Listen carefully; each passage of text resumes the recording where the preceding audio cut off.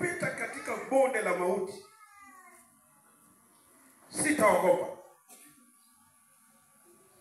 Mafanikio yanatokana na mtu kukataa kushindwa. Sitaogopa mabaya.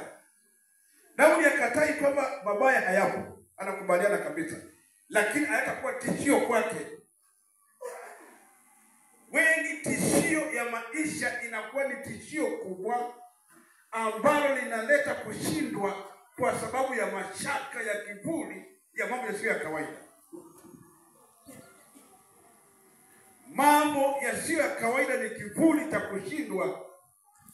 Mojawapo ni umaskini, ingine ni maradhi,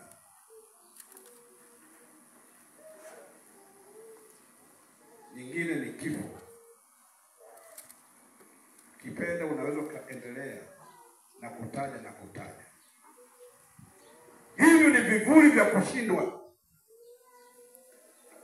Wanafunzi wanafeli mtihani kwa sababu ya vivuli vya tishio, vivuli vya tishio vya kushindwa.